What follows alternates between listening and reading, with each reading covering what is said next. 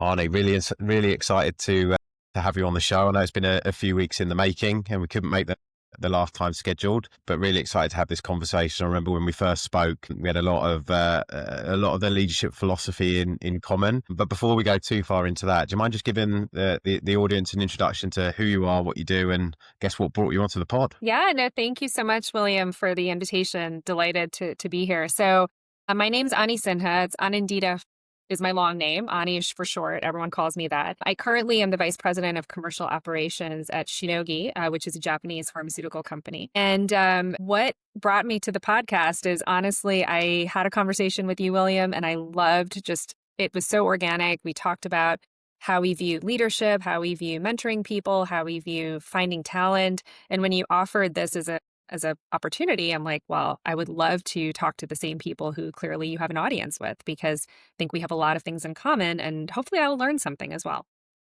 Yeah, awesome. I'm sure the audience have got plenty to learn from you, as I did in the conversations in the lead up as well. So to kick us off, Arnie, do you mind giving us a bit of I guess a bit of a background to your story and how you've ended up where you are at the moment in commercial operations at Shinogi?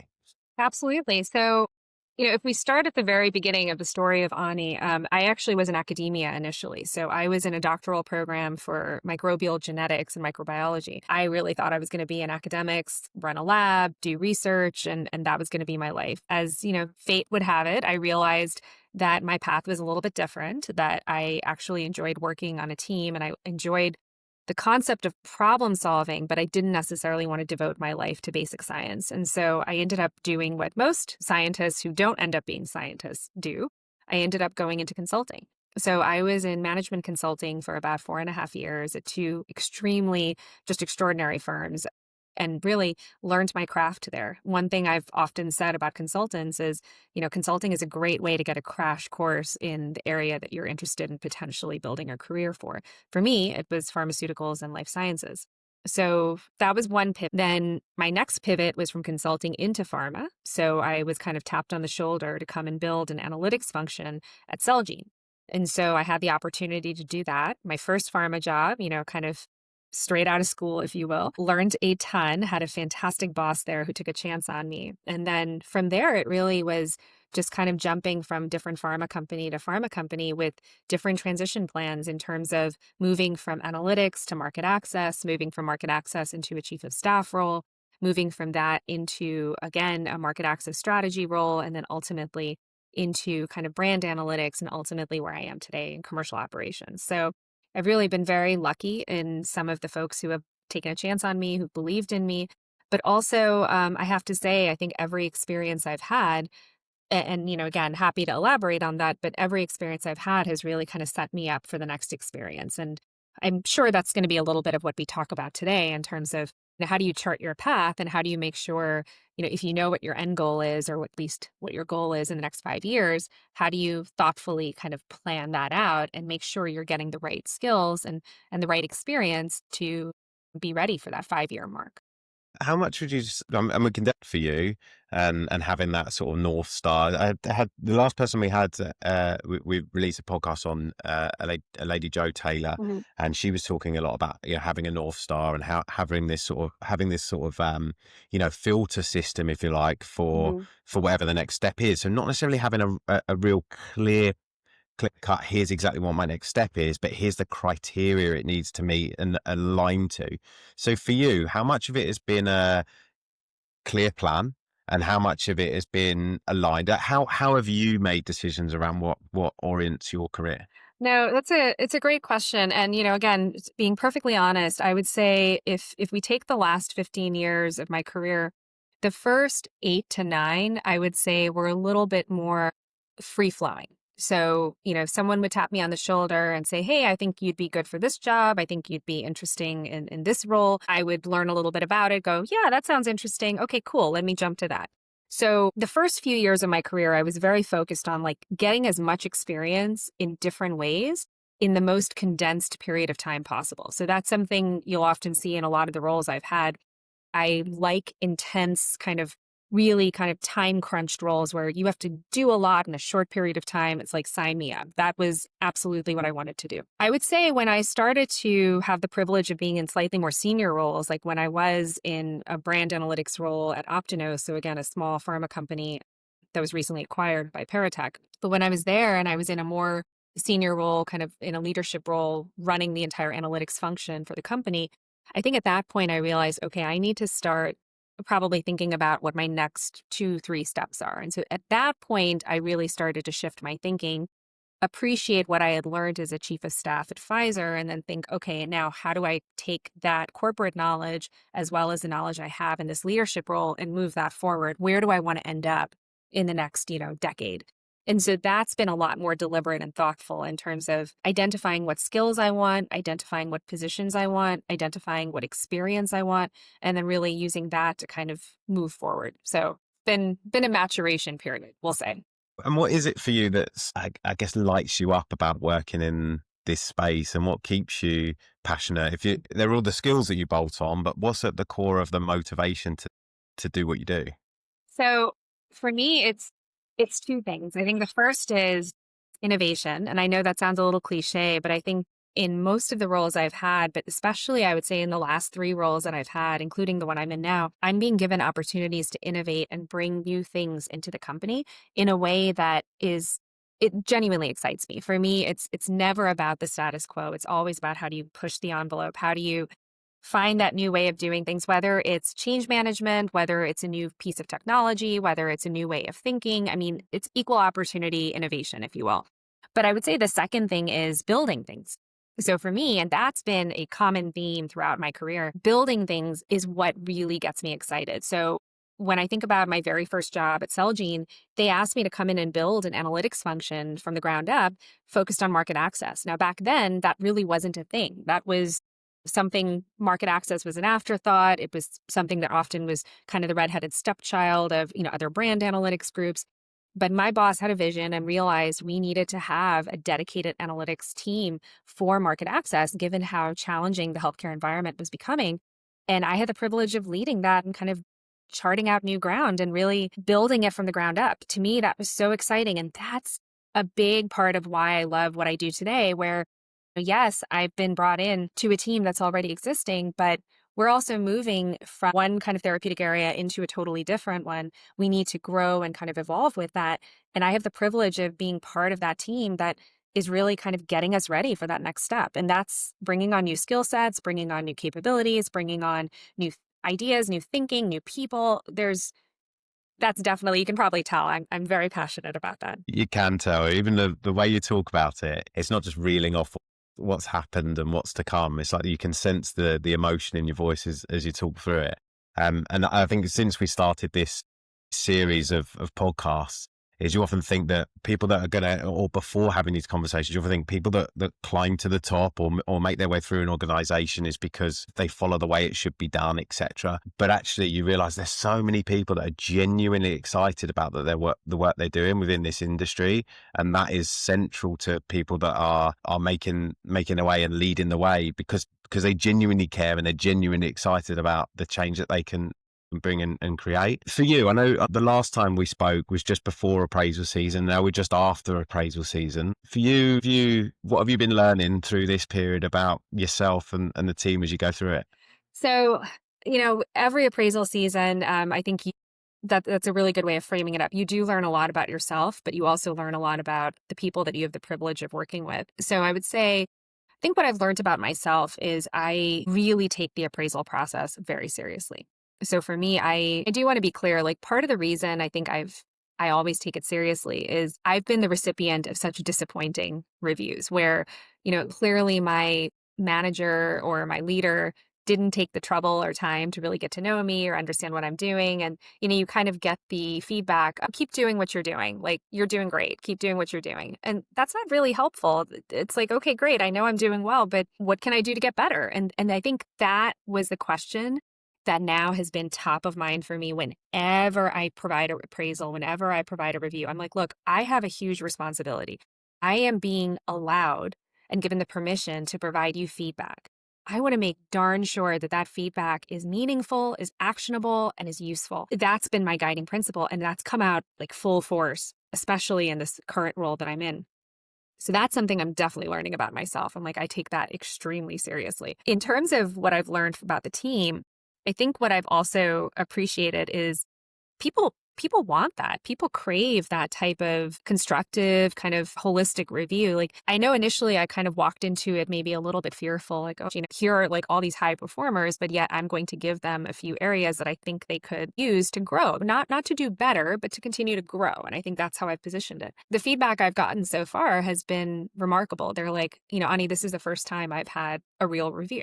This is the first time I've actually had someone, Yeah, that's awesome. yeah, what I could do better at. To me, that's right away. I'm like, that's a huge win. So yeah, learning a lot about myself for sure, but hopefully doing right by all the people. That's kind of my second guide. I love that.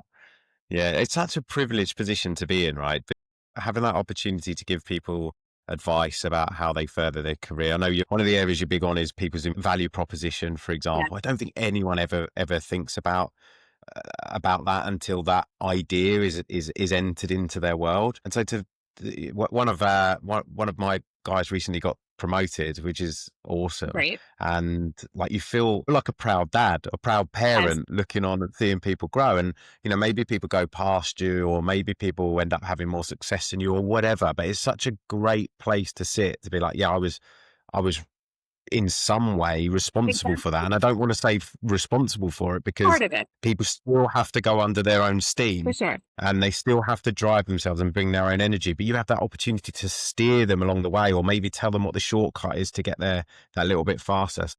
Yeah, I love that. What for you is what's most exciting about being in a leadership position for you?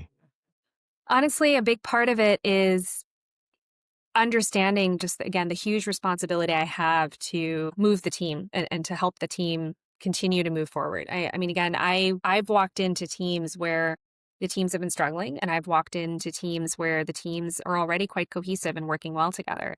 And so a big part of what I love about what I do is one, getting to know all the smart people on the team that I now am a part of. But number two, also learning about how they do their day to day, and then seeing, is there anything I can bring to the table that adds some additional value, that adds some, different ways of thinking, potentially some efficiencies, some synergies. I mean, for me, those are big words simply because I have, for lack of, for better or for worse, certainly seen a lot of inefficient and non-synergistic processes and ways of working. And sometimes all it takes is somebody with a different perspective to come in and say, you know what, you've been doing it this way and it's working, but if you did it this way or you tweak it, well, that might be a lot better. And then you'll have more time on your hands. And then guess what? You can do something with that additional time. And it also frees you up from the burden of kind of the humdrum day to day, this is how it's always been done. Well, I genuinely, I also recognize, William, that I'm in a very privileged position. Like I am very, very humbled and grateful that people have trusted to put me in this position. I think that's something that I hope I lead with, that it's not a entitlement. It's not, yes, I've paid my dues and therefore I should be the head of this team. It's more around, thank you for trusting me to help you guys grow. Thank you for trusting me to help you guys get better. Yeah, nice. And one thing that keeps coming up that I've noticed that you say is when you talked about some of the bad reviews that you had, you talked about managers didn't get to know you. Mhm. And then you've also mentioned a couple of times that it's really important for you to get to know them. Yeah, Like, tell us why that is such a central theme in the way that you lead, like actually getting to know people. definitely. And also what you mean by that. Sure, sure.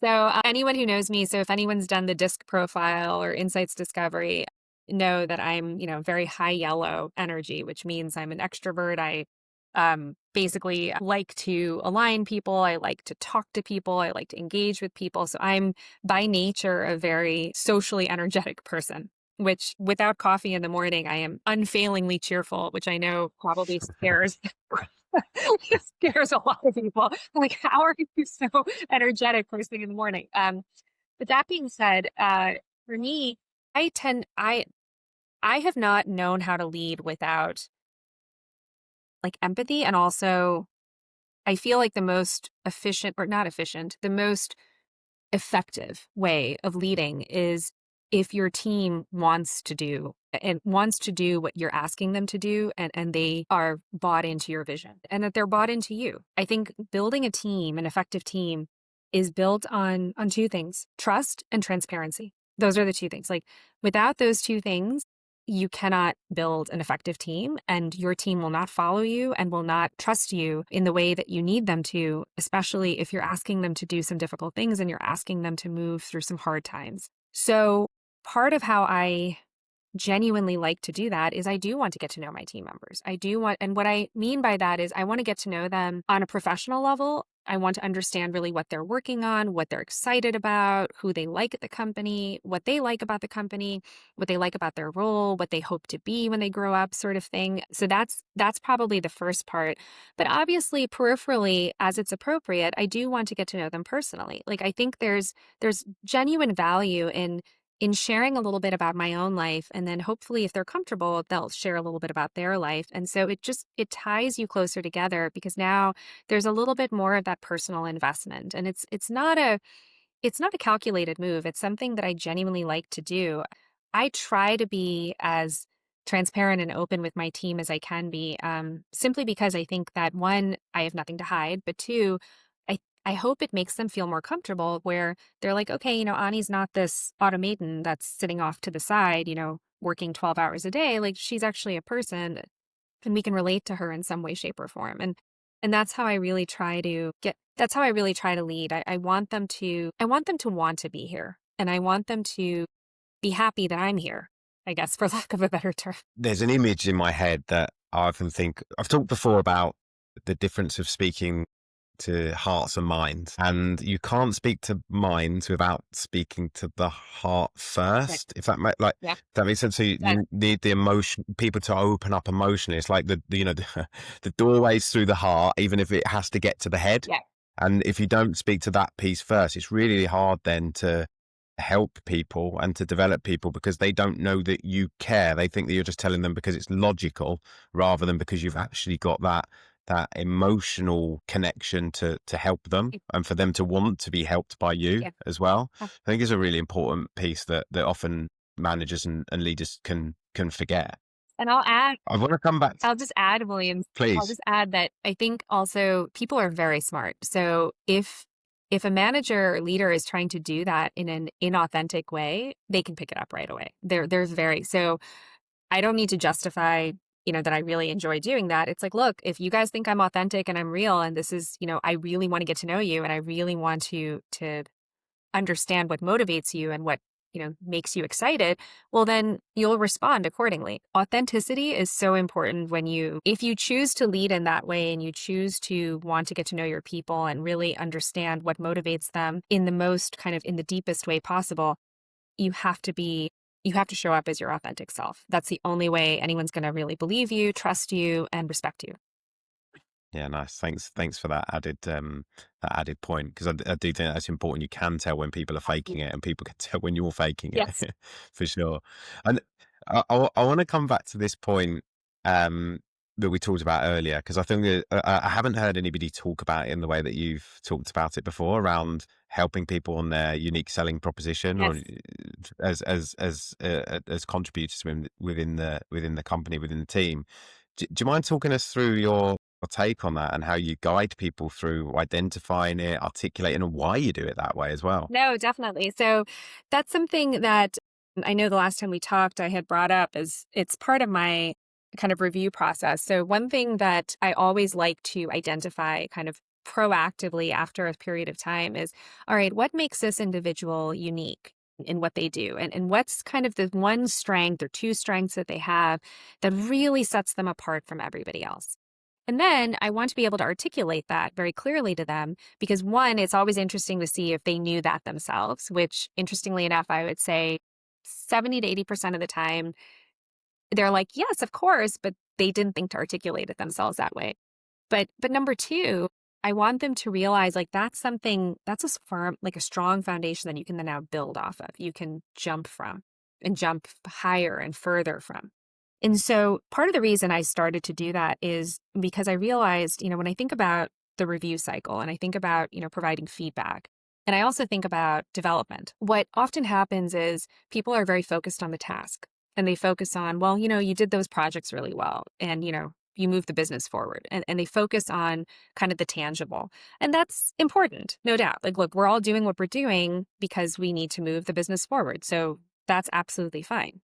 But what I always want to do is say, look, let's focus on a couple of the intangibles because it's not just about finishing a project or executing a task on time or providing what you said you were going to provide in the timely way. It's not just about that. It's about how are you growing and developing as an individual? Do you have a path forward that maybe you didn't know you had based on the strengths that you're actually capitalizing on? And so it's a little bit more of an existential, potentially a little bit more of a philosophical conversation.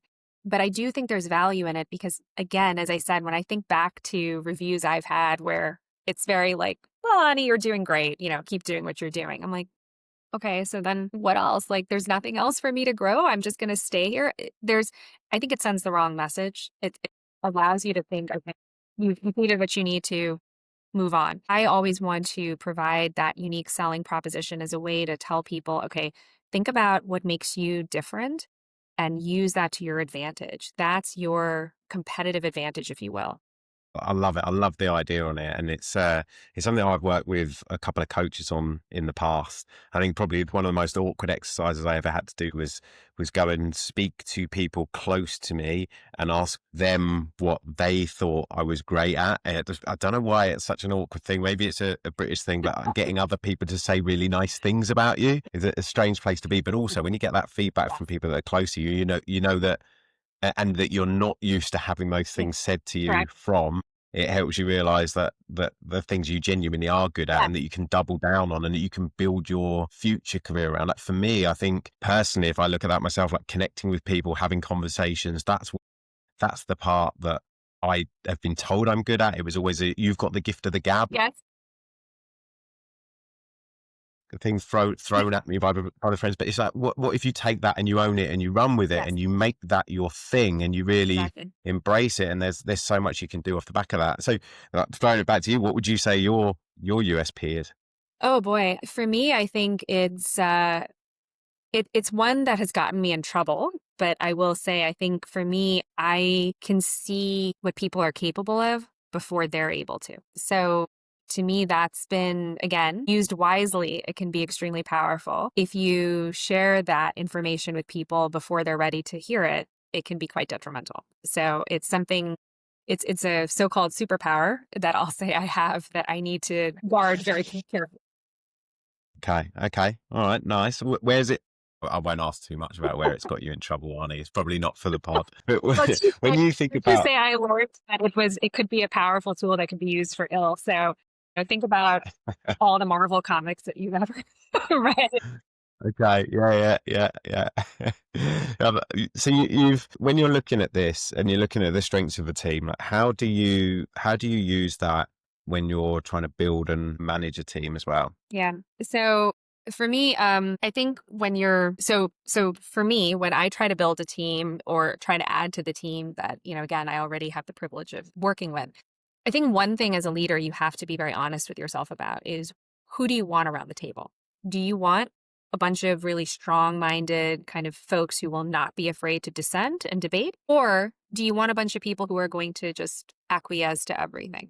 And I think until you as a leader are really honest with yourself around, and I don't mean to set it up as that's a binary situation. I mean, obviously there's other options around that table, but those are the two that I'm just choosing to illustrate. But I think as a leader, you have to be really honest with yourself. Like, what are you looking for and how do you think the team will best execute? And then based on that, you have a kind of foundation or a blueprint in terms of how you can start to approach it. So for me, I'm very much the former. I like having strong-minded, kind of strong-willed, strong opinions around the table because I think that's how you actually get the best thinking out and you get the best innovation out there. That being said, I always use the 80-20 rule. So for me, when I think about bringing people onto the team, I, I evaluate them, I get to know them, and it's just as much about getting to know them as a person as it is about their skills. Will I be able to work with this person 80% of the time? If the answer is yes, then they're a slam dunk, in my opinion. Now, the 20% you might ask, well, what's that?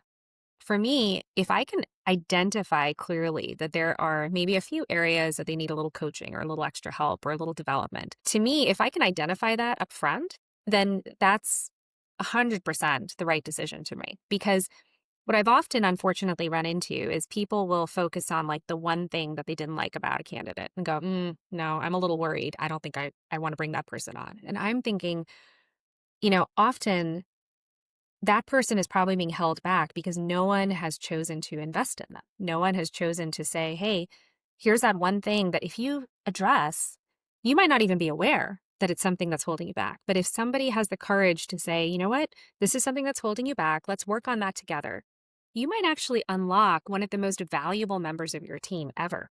And it's just, I think for me, it's when I think about the number of times people have taken a chance on me where I maybe didn't have the perfect skill set or I didn't have like the perfect background for a role, but yet they said, you know what, there's something in you. I'm going to take a chance on you.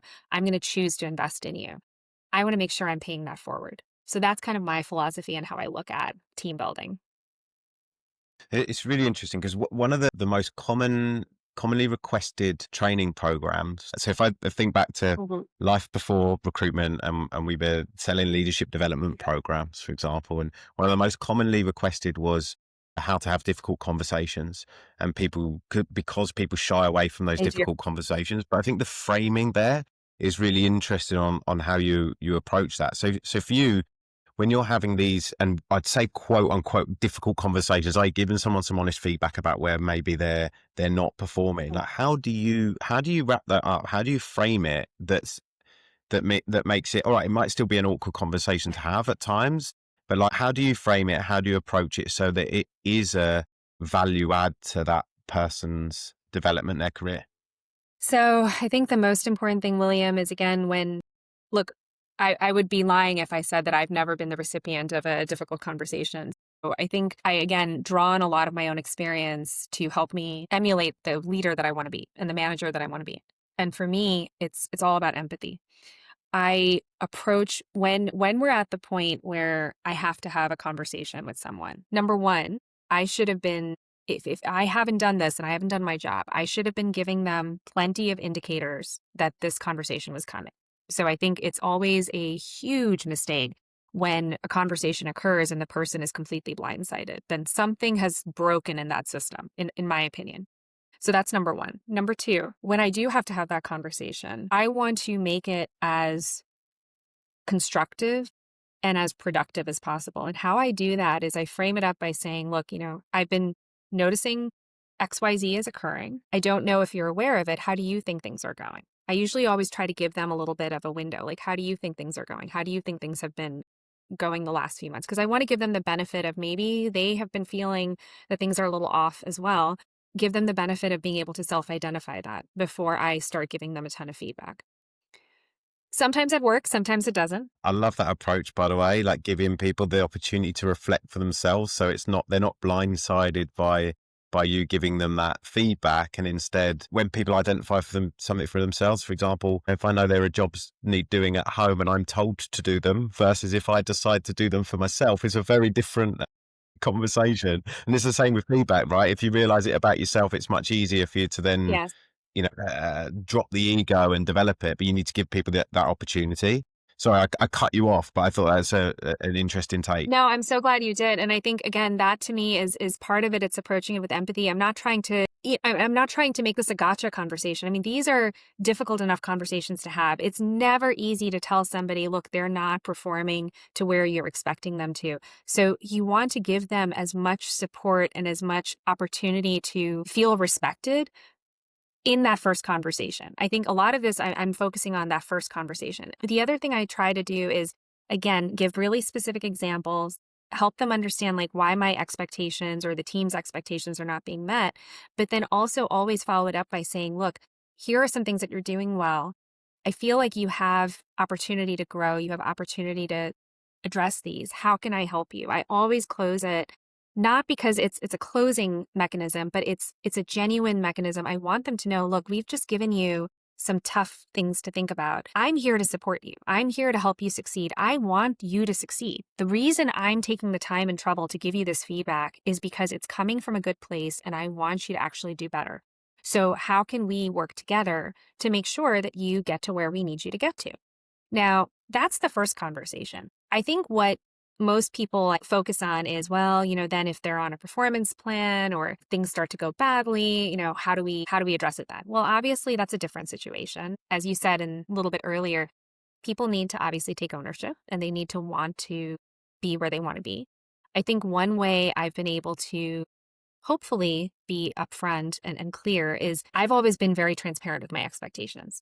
And I've always been very clear about what my goals are and what my desired kind of outcomes for the team are. So I think recently I got some feedback where someone's like, well, you're pretty straightforward, Ani. Like we kind of know what you want. Like you're not ambiguous. Like you're not mysterious. Like we kind of, when you say XYZ in an email, we kind of know what you're getting at. We know what you're looking for. To me, that was fantastic feedback because I'm like, okay, great. So even though I'm not openly saying, guys, like this is the manifesto of Ani, they've started to get to know me enough to know, okay, when I ask for something, they can understand what's behind it. To me, that's a win. And that's hopefully means that I'm being clear and upfront about my objectives and expectations so that when we do have to have that conversation, that clarity should continue to come through. And that takes an investment of time upfront from you as well, right? Like it's you need to make sure that you're able to clearly articulate what the expectations are and then hold those accountable over time. And I think that's a step that often gets missed Yes. by leaders is they might give somebody the broad goal, but they won't necessarily give them the expectations and the milestones to hit along the way.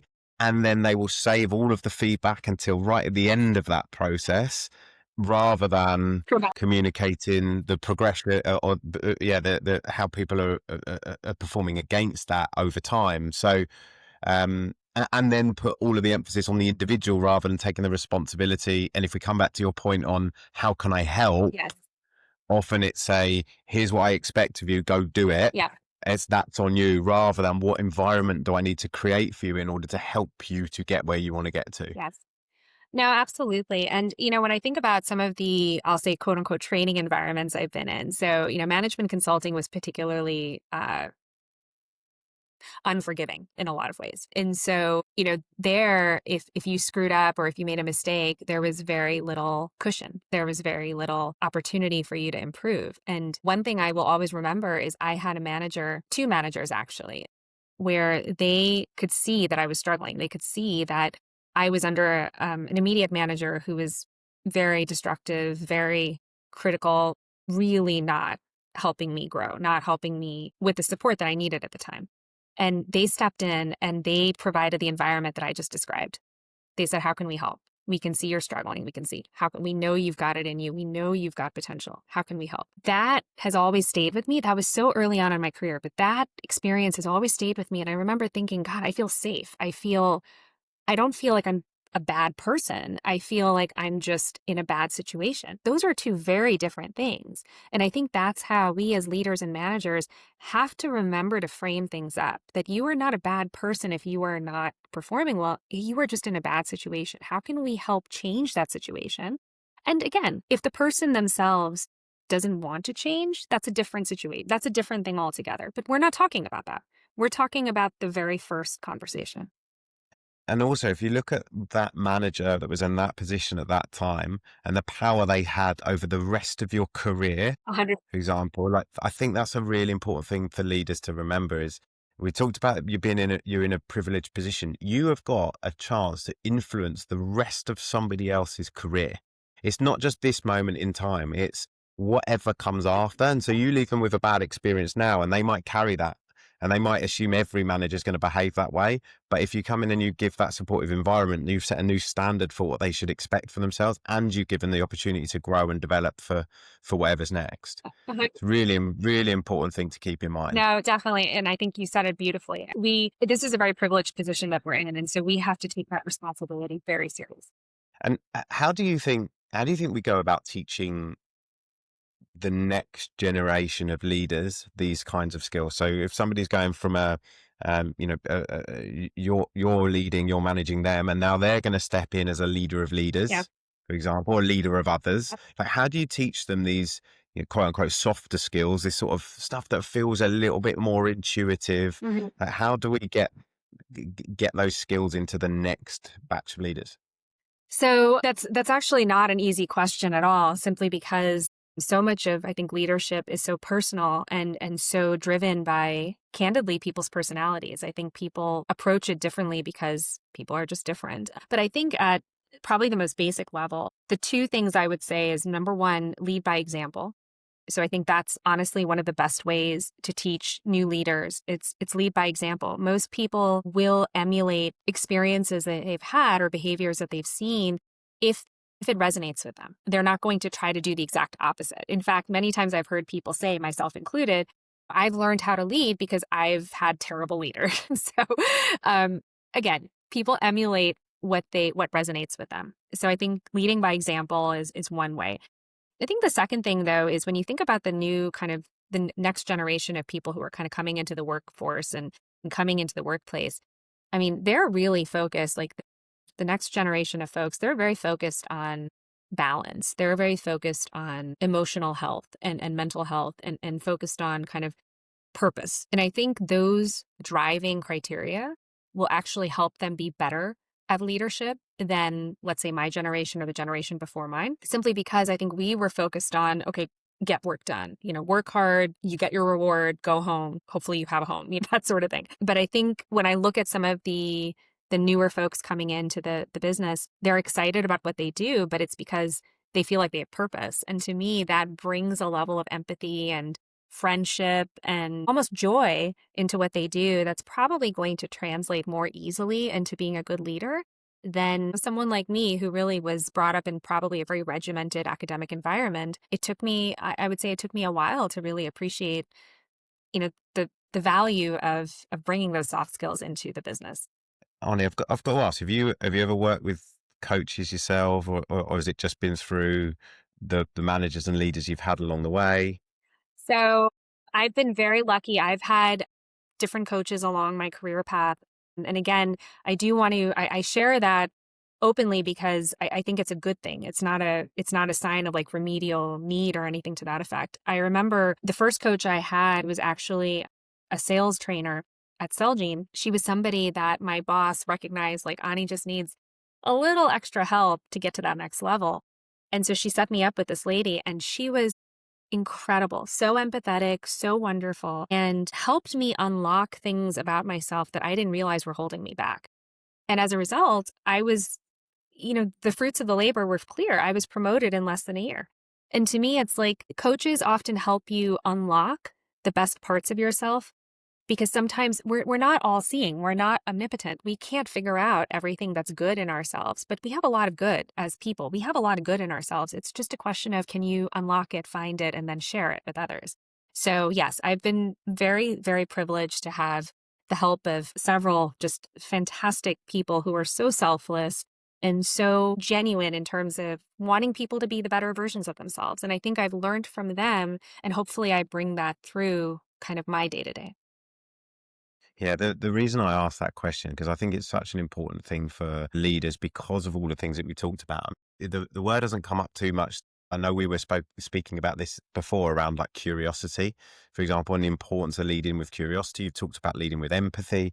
And when you work with a coach, and it doesn't even have to be, it's not necessarily a structured coach, an exec coach, but somebody that helps you to reflect on yourself and understand where your blind spots are, or offer a different perception on a problem Mhm. that you're only seeing from here because you've only ever lived your life as you, Yes. and you've only got the beliefs you've ever been sort of built with and grown up with. So as soon as you work with somebody that helps to just change that viewpoint and you reflect on it yourself. And the reason I bring that up is that I think for the next generation of leaders, it's that reflective practice. You've talked about so many of the stories that have influenced you in the past. So taking the time to reflect on the things that have happened in your life and in your career then helps you to bring that new perspective, even if you're not working with a coach. Yeah. If you go and jot down a list of the terrible management experiences and the great ones, even that act alone will help you have a little bit more empathy, or bring a different viewpoint on the next time you're in that kind of a situation yourself. 100%. I think that's a really valuable. Definitely. No, I totally agree, William. And that might be kind of a great way of saying, look,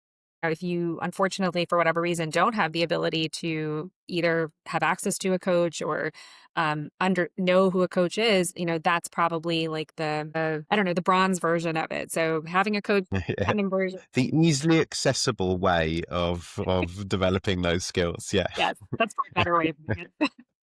And I know we've talked a lot on the leadership side. If we're bringing it back to sort of the industry and where things are going forward, what are you excited about looking forward over the next sort of 12, 18, 24 months? Because I know there's a lot of instability in the market, a lot of uncertainty. People are a little bit reluctant to make their predictions about what's going to happen. But what are you excited for?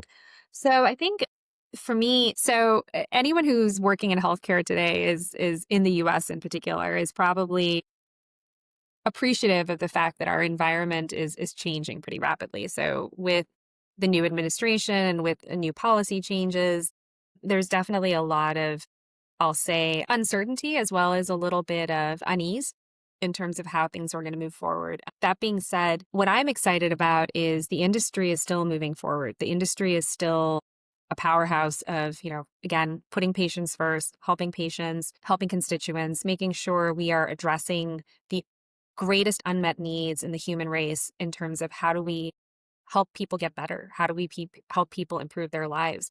So as long as that's our guiding kind of principle, the nitty gritty of the industry moving forward, yeah, pharma has definitely taken a beating over the past few years.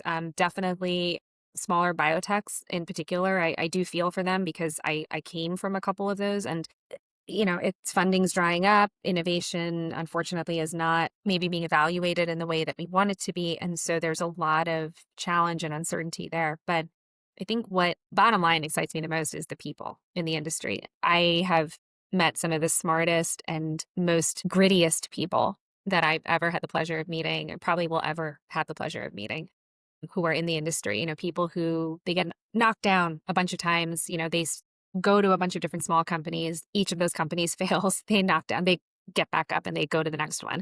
And to me, that's what I'm most excited about. So continuing to be a part of this industry, focused on patient care, patient value, and then, of course, continuing to meet some of the best and brightest. Awesome. And the last question I'll ask you is if you could go back and give yourself a piece of advice earlier in your career, what bit of advice would you give yourself? Oh, that's a good one. I think I would probably tell myself that the first half of my career, I was very fond of saying, I'm comfortable with ambiguity. I'm comfortable flexing. I would tell myself, remember that that's going to actually evolve into you saying, I need to learn to be comfortable being uncomfortable. So that to me has been one of the biggest lessons of the last few years. I have had to actively learn to be comfortable being extremely uncomfortable. And how I've described it to my team is, look, guys, when you're uncomfortable, that means you're doing something right. That means you're growing. That's how you get your stretch marks. That's how you get your street cred. You are actively putting yourself in positions where you are growing, learning, and as a result, there is a discomfort there. But be okay with it. Lean into it. Wicked, and it's paid off. So far, so good. Awesome. Well, Arnie, thanks so much for taking the time to talk with us. It's some really valuable advice in there, and it's great to hear more about your story and your philosophy on it all. So thank you very much for taking the time to share. No, thank you, William, for the invite. It was great. Great conversation. Thank you.